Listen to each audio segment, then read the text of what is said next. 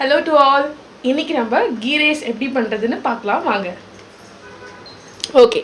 இப்போ நம்ம தேவையான பொருட்கள் பார்க்கலாம். பே லீஃப், நட்சத்திர சோம்பு, பட்டை, கிராம்பு, ஏலக்காய் எல்லாம் எடுத்துருக்கோம். அதுக்கப்புறம் முந்திரி பருப்பு, கருவேப்பிலை, வெங்காயம், பச்சை மிளகாய் அண்ட் இஞ்சி பூண்டு பேஸ்ட். இஞ்சி பூண்டு பேஸ்ட் நம்ம ரெடி பண்ணி வச்சுருக்கோம்.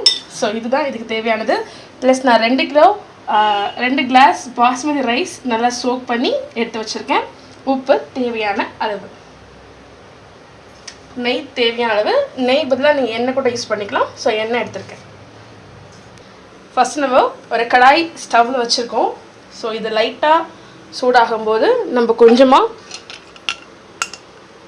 1 ஸ்பூன் கீ சேர்த்துக்கிறோம். ஸோ ஃபஸ்ட்டு நம்ம கேஷ்யூ மட்டும் ஃப்ரை பண்ணிக்கலாம்.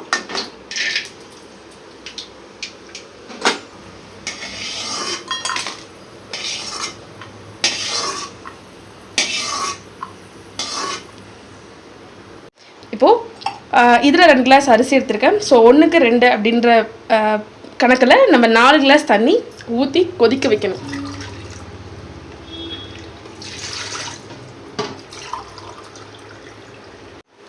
இதுக்கு தேவையான அளவு உப்பு போட்டுக்கலாம். 1.5 ஸ்பூன் உப்பு போடுறேன். இது தண்ணி நல்லா பாயில் ஆகணும். இப்போது கீ ரைஸ்க்கு தேவையான மசாலா இங்கே நம்ம ரெடி பண்ணிக்கலாம். இந்த கடாயிலே நம்ம இன்னும் 2 ஸ்பூன் நம்ம கீ ஆட் பண்ணிக்கலாம். இந்த ஆயில் எல்லாம் சூடானதுக்கப்புறம் நம்ம பே லீஃப், இருக்கிற ஸ்பைசஸ்லாம் சேர்த்துக்கலாம்.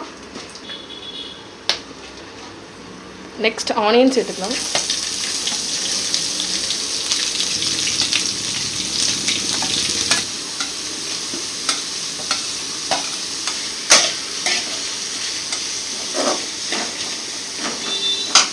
பச்சை மிளகாய் 3 கீரி வச்சுருக்கேன். ஸோ அதையும் சேர்த்துக்கலாம். இப்போ நல்லா வதங்கிடுச்சு. இதுக்கு மேலே ரொம்ப ஓவர் ட்ரை ஆகக்கூடாது. இப்போது இதோட நம்ம எடுத்துக்கலாம். ஆஃப் பண்ணிடலாம். இங்கே ஆல்ரெடி வச்சுருக்க தண்ணியில் நம்ம இதை ஆட் பண்ணிக்கலாம்.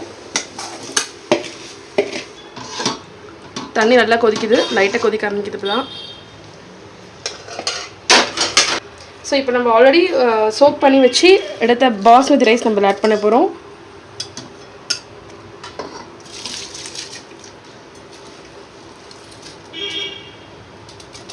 தண்ணி இல்லாமல் போடணும். தண்ணியோடு போட்டிங்கன்னா சாதம் குழஞ்சிடும்.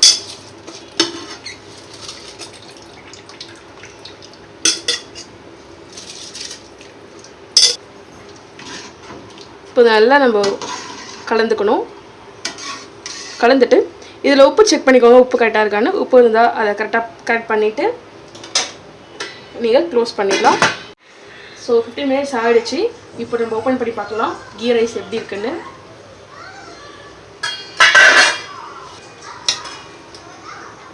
நல்லா வந்துருக்கு பாருங்க, சூப்பராக வந்திருக்கு. தனித்தனியாக இருக்க ரைஸ் உதிரியாக வந்திருக்கு. இந்த ஸ்டேஜில் நம்ம ஃப்ரை பண்ணி வச்சுட்டு கேஷ்யூ அதை ஆட் பண்ணிக்கலாம். இது மாதிரி போட்டிங்கன்னா நல்லா உங்களுக்கு க்ரன்ச்சி ஃபீல் கிடைக்கும். ஸோ அதனால நான் நல்லா ஃப்ரை பண்ணதை போட்டிருக்கேன். அப்புறம் நம்ம லாஸ்ட்டில் கொத்தமல்லி நம்ம மேலே ஆட் பண்ணிக்கலாம். ஸோ ஆட் பண்ணிவிட்டு இப்போ நீங்கள் கிளற வேண்டாம்.